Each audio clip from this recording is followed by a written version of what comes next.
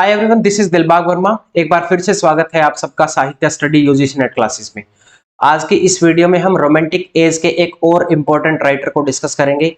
ये criticism point of view से काफी ज्यादा इंपॉर्टेंट है और इनके दो तीन इतने फेमस वर्क हैं, बहुत बार यूजीसी नेट के एग्जाम में वहां से क्वेश्चन आए हैं। हम डिस्कस करेंगे एस.टी. कोलरेज, सैमुअल टेलर कोलरेज को। इनका बर्थ होता है 1772 आएगा, यहाँ पे गलती से लिखा गया 1772। ठीक है, वर्ड्सवर्थ के बाद के हैं ये। 1772 में इनका बर्थ होता है और 1834 में इनकी डेथ हो जाती है। ये एक बाइपोलर डिजीज से ग्रस्त थे। डॉक्टर ने इनको सजेस्ट किया था ओपियम लेने के लिए, लेकिन ये ज्यादा ओपियम लेने लगे, जिसकी वजह से ये हैबिचुअल हो गए और इनकी एज जो है वो काफी ज्यादा दिखने लगी थी कम एज में ही। तो ये जैसे कि पिछली वीडियो मैंने बताया था, वर्ड्सवर्थ के काफी अच्छे फ्रेंड थे लेकिन अलग हो गए थे क्योंकि इनके व्यूज अलग हो गए थे पोइट्री की लैंग्वेज को लेके। तो सैमुअल टेलर कोलरेज ने वर्ड्सवर्थ को क्रिटिसाइज भी किया है इस बात के लिए कि उन्होंने पहले खुद बोला था कि सिंपल रस्टिक लाइफ पे लिखना चाहिए, कॉमन मैन की थीम यूज करनी चाहिए, सिंपल लैंग्वेज को यूज करना चाहिए। लेकिन कुछ पोएम्स वर्ड्सवर्थ ने ऐसी लिख दी जिसमें उसने कोई कॉमन मैन की लैंग्वेज को यूज नहीं किया। राइट, अब इनकी सैमुअल टेलर कोलरेज की हम बात करें तो ये विजनरी सोसाइटी के मेंबर है। इन्होंने एक यूटोपियन सोसाइटी को एस्टेब्लिश करने की भी कोशिश की थी नियर द रिवर सस्केहाना रिवर के नजदीक। इन्होंने कुछ लैंड खरीदी थी जहां पे यूटोपियन सोसाइटी बनाने की कोशिश की थी, लेकिन ये असफल रहे थे, ये नहीं बना पाए उसको। तो अब हम इनके वर्क्स की बात करते हैं।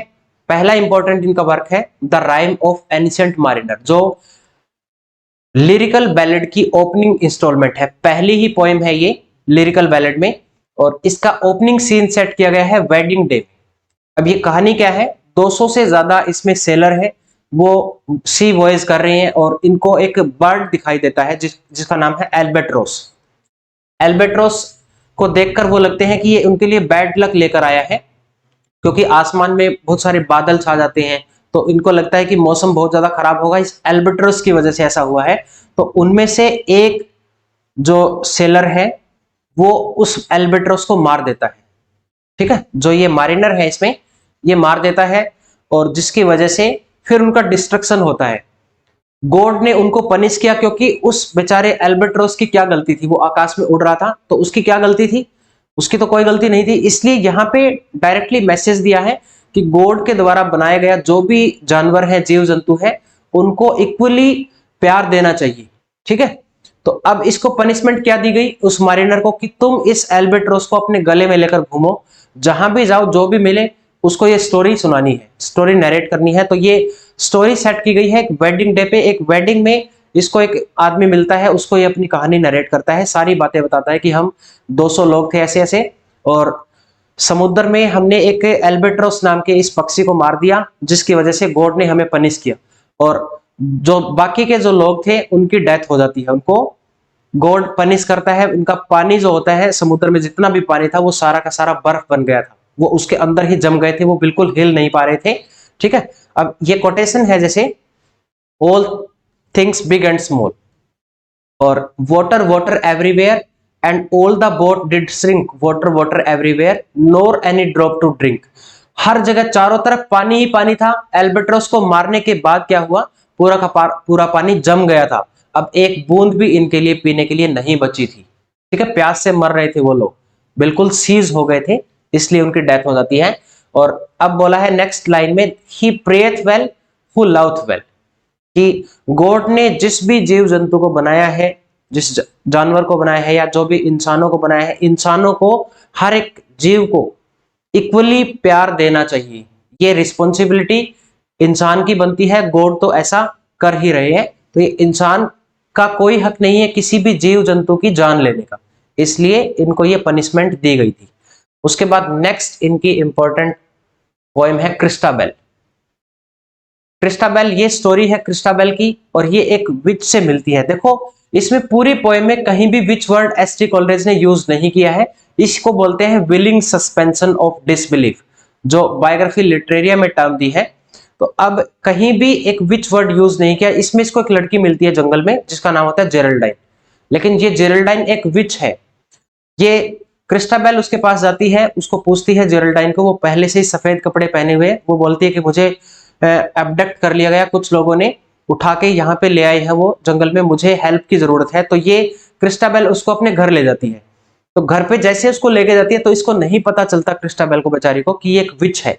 काफी सारे साइन भी होते हैं वहां पे उसके विच होने के, लेकिन डायरेक्टली वर्ड्सवर्थ ने एक एसटी कोलरेज ने कहीं भी यूज नहीं किया कि ये एक विच है। ये फादर जो है इसका लियोलाइन फादर है, और इसमें जेरल्डाइन एक विच है, सर रोलैंड इसका फादर है। तो अब कौन कौन से साइन मिलते हैं? अब मैस्टिफ ब्रिज आता है, उस ब्रिज को वो क्रॉस नहीं कर पाती। आयरन गेट को ऐसे बोलते हैं ना कि जो ये विच टाइप के या भूत जो भी होती हैं, जो बुरी आत्माएं होती है, वो लोहे को क्रॉस नहीं कर सकती, और जैसे ये क्रॉस करती है आयरन गेट को, ये कोलैप्स हो जाती है, वहां पे गिर जाती है। फिर वो उसको वापस घर ले जाती है उठा के, कुछ उनके गार्ड्स वगैरह आते हैं। Reflection created by the fire, जो भी फायर रिफ्लेक्शन देती है उसको भी सामना नहीं कर सकते इस तरह के जो सोल है या जो भी विच टाइप की जो भी एलिमेंट होते हैं इस तरह की, वो इनको फेस नहीं कर पाते। और ये फिर क्रिस्टाबेल उसको बोलती है प्रेयर करने के लिए रात को, तो ये मना कर देती है। डिनाइल ऑफ द प्रेयर, ये भी एक संकेत था कि एक विच है। और ये उसकी मदर की डेथ हुई होती है क्रिस्टाबेल की, तो उसकी डेड मदर से वो बात करती है, ये भी एक साइन था वहां पे कि ये एक विच है।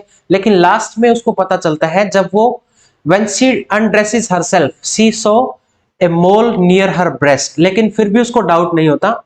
उसके ब्रेस्ट पे एक बड़ा सा मोल देखती है, ये एक तिल होता है, उसको देख के भी वो ऐसा फील नहीं करती कि एक विच है, लेकिन वो रियल में ही एक विच थी। लेकिन वो उसका कुछ नुकसान नहीं करती है, वो रात को सो जाती है, और सुबह इसका जो फादर है क्रिस्टाबेल का फादर, वो उसको अपने इस लड़की के घर पे भेज देता है वापस सुरक्षित। ये कहानी है क्रिस्टाबेल। उसके बाद है the pain of sleep. It is said confused and lonely the poet is alone for 3 nights to face dark dreams. बुरे बुरे सपने आ रहे थे, अकेला रह रहा था ये, पहले से एक बीमारी से ग्रस्त था और ओपियम लेता था, तो इस तरह के सपने इसको दिखाई देते थे।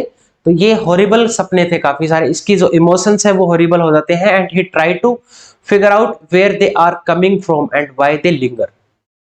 ज्यादा इंपॉर्टेंट नहीं है। उसके बाद है Kubla Khan, a vision of dream a fragment, ये इसका सबटाइटल है। और ये पूरा का पूरा जो कुबला खान में जो स्टोरी है वो इमेजिनरी कंटेंट है।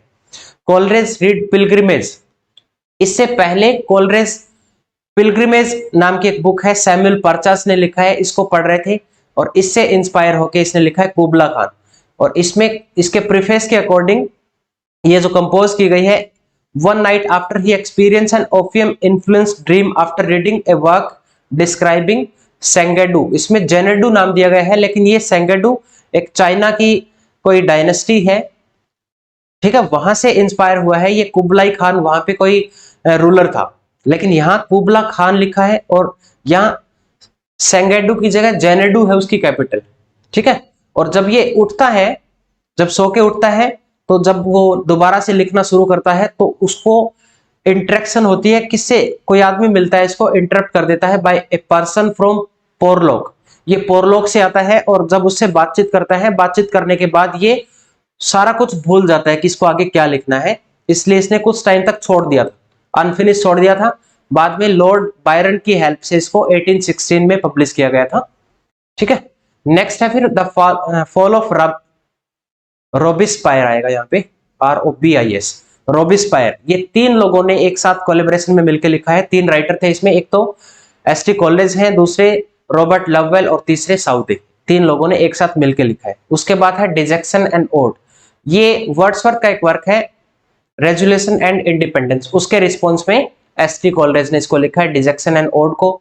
उसके बाद नेक्स्ट है यूथ एंड एज, ये पोएम है, इसमें लाइन है friendship is the sheltering tree, ये सारी ही पोएम है। उसके बाद इसकी कन्वर्सेशनल पोएम आती है, इसमें 8 पोएम है ये। The alien harp, reflection on having left a place of retirement, this lime tree bower, frost at midnight, the nightingale, dejection and ode to William Wordsworth. ये पोएम कौन कौन सी कन्वर्सेशनल पोएम है, अलग से आपको याद रखनी है कि ये पोएम कन्वर्सेशनल पोएम में आती है। उसके बाद नेक्स्ट है लव, इस पोएम ने जॉन कीट्स को इंस्पायर किया अपना एक सोनेट लिखने में, ला बेल डेमसेंस मर्सी। ये पोएम लिखी है जॉन कीट्स ने, कहां से इंस्पायर होके? एस.टी. कोलरेज की इस लव वाली पोएम से इंस्पायर होके। It details the emotional and physical relation between a speaker and a woman. ठीक है, ये पढ़ना नहीं है आपको, सिर्फ टाइटल याद रखना है। क्रिटिसिज्म पॉइंट ऑफ व्यू से मोस्ट इंपॉर्टेंट ये वर्क है बायोग्राफिया लिटरेरिया। एस.टी. कोलरेज के जितने भी वर्क्स हैं पेपर के पॉइंट ऑफ व्यू से, वो सारे एक तरफ है और ये अकेला एक तरफ। इसमें दो मोस्ट इंपॉर्टेंट टर्म्स दी है, fancy and imagination. Fancy and imagination ये टर्म दी है, और इसी में इमेजिनेशन में ये प्राइमरी इमेजिनेशन और सेकेंडरी इमेजिनेशन। ठीक है, दोनों टाइप की इमेजिनेशन के बारे में बात की है। 1817 में इसको लिखा गया है। क्रोनोलॉजी में बहुत बार ये क्वेश्चन आया है, डेट याद रखना इसकी। इसको ऑटोबायोग्राफिया लिटरेरिया भी बोलते हैं। तो इसमें जो एस.टी. कोलरेज है उन्होंने इमेजिनेशन के बारे में बोला है कि एक शेपिंग पावर होती है, for which Coleridge later coin the neologism. Esemplastic बोला है। सेकंड जो सेकेंडरी इमेजिनेशन होती है उसको एस में प्लास्टिक बोला है, क्योंकि उसको शेप करने की पावर होती है। प्राइमरी इमेजिनेशन होती है जो हर एक मैन में होती है, लेकिन जो सेकेंडरी इमेजिनेशन होती है वो किसी आर्टिस्ट में होती है, जो चीजों को रीशेप करता है। जैसे पोइट्री लिखनी हो, पोइट्री को कैसे शेप देनी है, एक ऐसे ही आर्टिस्ट में होता है। जैसे कोई स्कल्पचर बना रहा है, वो कोई पोर्ट्रेट बना रहा है, किस तरह से उसको शेप देनी है, ये होती है सेकेंडरी इमेजिनेशन। और एक इसमें इंपॉर्टेंट टर्म दी है विलिंग सस्पेंशन ऑफ डिसबिलीफ। वैसे मैं डिटेल में डिस्कस नहीं कर रहा हूं इसको, डिटेल्ड वीडियो में इस पे ऑलरेडी बना चुका हूं, जो हमारी क्रिटिसिज्म वाली एक वीडियो सीरीज है उसमें आपको मिल जाएगी ये एस.टी. कोलरेज की वीडियो बायोग्राफिया लिटरेरिया पे। और ये एक टर्म और दी है विलिंग सस्पेंशन ऑफ डिसबिलीफ। क्या है ये विलिंग सस्पेंशन ऑफ डिसबिलीफ? जो अभी हमने पढ़ा था क्रिस्टाबेल में, एक तरह से सस्पेंस क्रिएट करना, और उन चीजों को हम देखते हैं अपने प्लेजर के लिए और सुनते हैं, लेकिन देखो वो रियल नहीं होते हैं, हम उन पे बिलीव नहीं कर सकते, लेकिन फिर भी हम अपने प्लेजर के लिए, अपने एंटरटेनमेंट के लिए हम उन चीजों को देखते हैं, अडॉप्ट करते हैं। इसको बोलते हैं विलिंग सस्पेंशन ऑफ डिसबिलीफ। इतना ही है। बायोग्राफिया लिटरेरिया अच्छे से डिटेल में पढ़ लेना, एग्जाम में क्वेश्चन आते हैं। So this is all about today. और वीडियो अच्छी लगी हो तो लाइक करें, चैनल को भी सब्सक्राइब करें, ताकि आने वाली वीडियो की नोटिफिकेशन आपको मिलती रहे। मिलते हैं आपसे नेक्स्ट वीडियो में, तब तक के लिए अपना ख्याल रखें। Be safe, stay connected, best of luck, God bless you.